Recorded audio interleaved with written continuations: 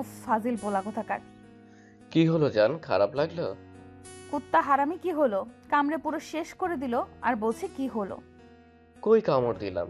আর তুমি এমন করো কেন জান সব সময়? কেমন করি? আপনি আমাকে কষ্ট দেন বলেই তো আমি এমন করে আপনাকে দূরে সরিয়ে দেই, আর আপনি কিনা আমাকে বারবার এমন করে কামড় দিয়ে দেন। জানো এটা আমার আদর, তুমি বুঝতে পারো না? আর তোমাকে আদর না করলে যে আমি থাকতে পারি না। যতবার তোমার কাছে আসি তুমি ততবার আমাকে দূরে সরিয়ে দেওয়ার চেষ্টা করো। এমন কেন করো শোনাবো? ঢং। আপনি কি রকম আদর করেন ওইটা আমার জানা আছে। আদর করতে গিয়ে আমাকে কামড়ে পুরো শেষ করে দেন, তার উপর বলতেছেন আদর দেন। এরকম আদর আমার চাই না। তাহলে বলো কেমন আদর চাই, আমি তেমন করেই তোমাকে আদর দিব। তারপর এভাবে আমাকে প্লিজ দূরে সরিয়ে দিও না। কেমন করে আদর করে আপনি সেটা জানেন না? আমার এরকম কোনো আদর চাই না যে আদরে আপনি আমাকে কামড়ে দিবেন, আমাকে কষ্ট দিবেন। আরে বাবা, বারবার কামড় দেওয়ার কথা বলতেছো, কোথায় এত জোরে কামড় দিলেন? স্বামী আদর করলে তো এটুকু কামড় দিয়েই থাকে, তাহলে তুমি সেটা কেন বুঝতে পারতেছো না? না তুমি এইটুকু নিতে পারবে না বলো? আমার ব্যথা লাগলে আমি সেটা আপনাকে বলবো না, তাই তো? আপনি এরকম করে বলতে পারতেছেন। তাছাড়া আমার খারাপ লাগলে আমি বলবো না, তাই তো? খারাপ লাগলে বলবে না কেন? কিন্তু তুমি যখন তখনই বলতে শুরু করে দাও তোমাকে কামড়ে দিই, তোমাকে ঠিক মতো আদর করতে জানি না, তোমার কাছে আসলে দুষ্টুমি করতে শুরু করি। এটা কি জান, এত বেশি অসহ্য মনে হয় আমাকে? আর আমার আদরগুলো এত বেশি তুচ্ছ মনে হয় তোমার কাছে? আমি একটা বারও সেই কথা বলিনি, কিন্তু আপনি যেমন করে আমাকে বারবার কামড়ে দেন, তার উপর যেভাবে আদর করতে শুরু করেন, এতে তো আমার খারাপ লাগে। আর আমার খারাপ লাগবে, আমি কি বলবো না? আচ্ছা ঠিক আছে, এখন থেকে বলবো না। আপনার যেখানে খুশি কামড় দিন, আমার কষ্ট হলে আমি সেটাকে আপনাকে বলবো না। আচ্ছা ঠিক আছে, এখন থেকে কামড়ে দেব না, ঠিক মতো আদর করে দিব, কেমন? দেখি কাছে আসো। এই কথা বলে যতবার আমাকে কাছে টেনে নিয়েছেন ততবারই আমাকে কষ্ট দিয়েছেন। আদর করার নামে উল্টাপাল্টা কাজ করে আমাকে ব্যথা দিয়েছেন। এটা কি ঠিক বলেন? আমার আদরটা কি তোমার কাছে এত বেশি খারাপ মনে হয়? এত বেশি কষ্ট লাগে তোমার কাছে? আচ্ছা ঠিক আছে, এখন থেকে আর করব না। তাহলে তো তুমি ভালো থাকতে পারবে।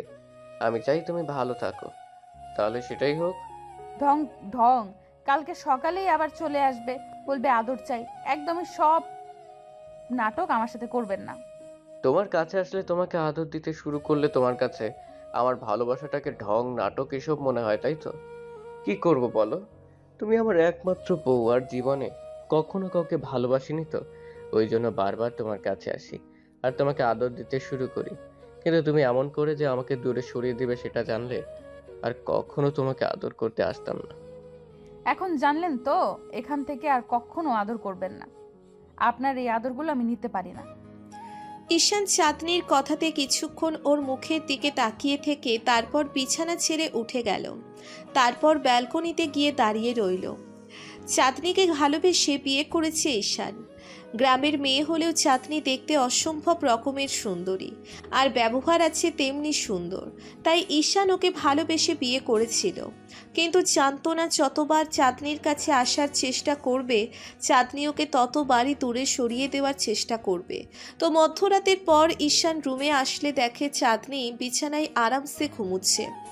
ঈশান ওর পাশে শুতে গিয়েও তারপর একটা চাদরের বালিশ নিয়ে সোফায় শুয়ে পড়ল।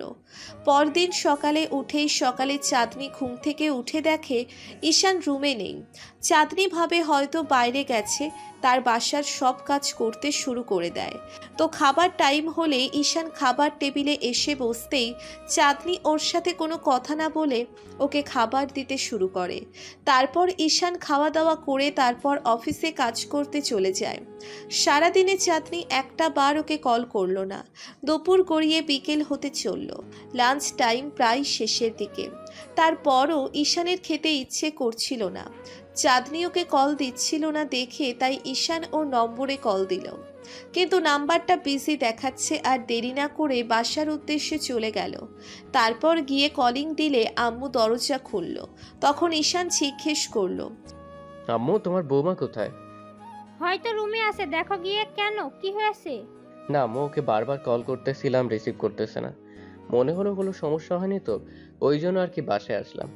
ঈশান আম্মুর সাথে কথা বলে তারপর রুমে এসে দেখে চাঁদনি কার সাথে যেন কথা বলছে।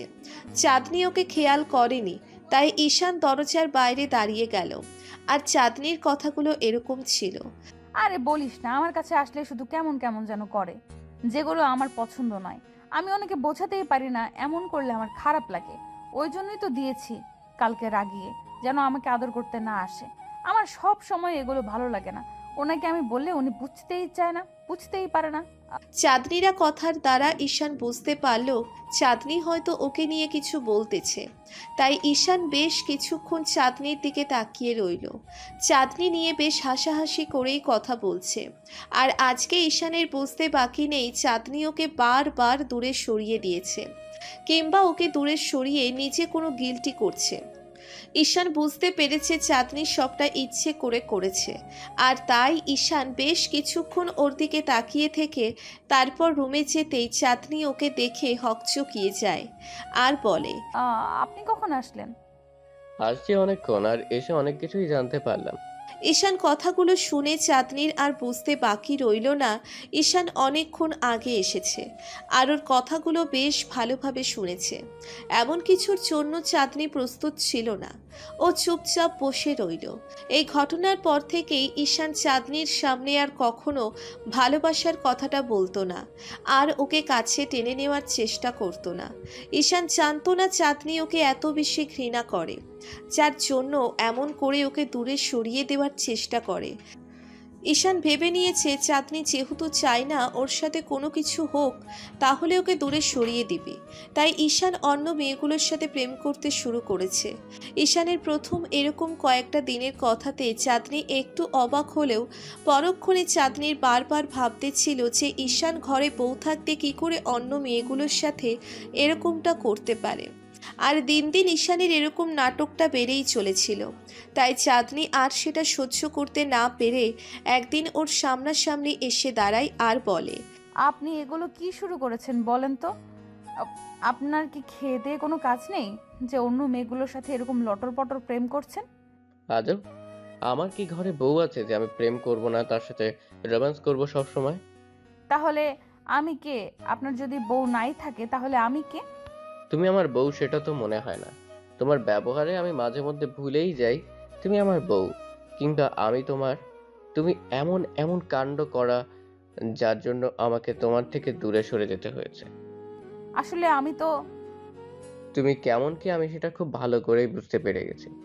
তোমাকে আর কিছু বুঝিয়ে দিতে হবে না। তাছাড়া তুমি যে সেদিন তোমার বান্ধবীকে বলছিলে আমাকে দূরে সরানোর জন্য, এরকমটা করেছো, ওই জন্য আমি বুঝে গেছি যে তুমি আমার স্পর্শগুলোকে কতটা উপেক্ষা করতে চাও। আমাকে আর কিছু বোঝাতে হবে না। আমার কথা শোনেন, আমি তো এগুলো ইচ্ছে করে করতে চাইনি, কিন্তু আমার দ্বারা মানুষ কোনো কাজই ইচ্ছা করে করতে চায় না, কিন্তু হয়ে যায়। একটা কথা কি জানো তো, তোমাকে না অনেক বেশি ভালোবাসতাম, আর তুমি আমার স্পর্শগুলো কি এতটাই অসহ্য মনে করো, যার জন্য এমন করে আমাকে দূরে সরিয়ে দেওয়ার জন্য এরকম একটা নাটক করলে? প্লিজ আপনি রাগ করে থাকবেন না। আমি বুঝতে পারিনি এমন কিছু হবে, কিংবা আপনি আমার উপর রাগ করে অন্য মেয়েগুলোর সাথে এরকম রিলেশনে জড়িয়ে যাবেন। প্লিজ এমন কিছু করবেন না, তাহলে আমার খুব খারাপ লাগবে। তুমি যেটা চাইছিলে সেটাই হয়েছে। তাছাড়া তুমি এমন করে বলেছিলে না যে তুমি এমন কিছু চাও আর আমি যেন তোমার থেকে দূরে সরে যাই? তাহলে এমন কিছু বলছো কেন? এখন আর এসব কথা বলে লাভ হবে না। তাছাড়া তুমি তো আমাকে ভালোবাসো না। কে বলেছে বাসি না? অনেক বেশি ভালোবাসি। প্লিজ আপনি আমাকে দূরে সরিয়ে দিবেন না। দেখেন আমি প্রমাণ দিয়ে দেব আপনাকে কত বেশি ভালোবাসি। ঈশান চাঁদনি মুখের দিকে তাকিয়ে রইল। তখন চাঁদনি তাড়াহুড়ো করে ওকে জড়িয়ে ধরল। তারপর ওর কোনো রেসপন্স করছে না দেখে চাঁদনি ঈশানের মুখের দুই পাশে হাত দিয়ে তারপর ওর ঠোঁটজোড়া নিজের দখলে করে নিল। চাঁদনি ফুঁপিয়ে উঠল। তখন ঈশান আর উপায় না পেয়ে কারোর সাথে রেসপন্স করতে লাগলো। তো ভালো থাক ভালোবাসা।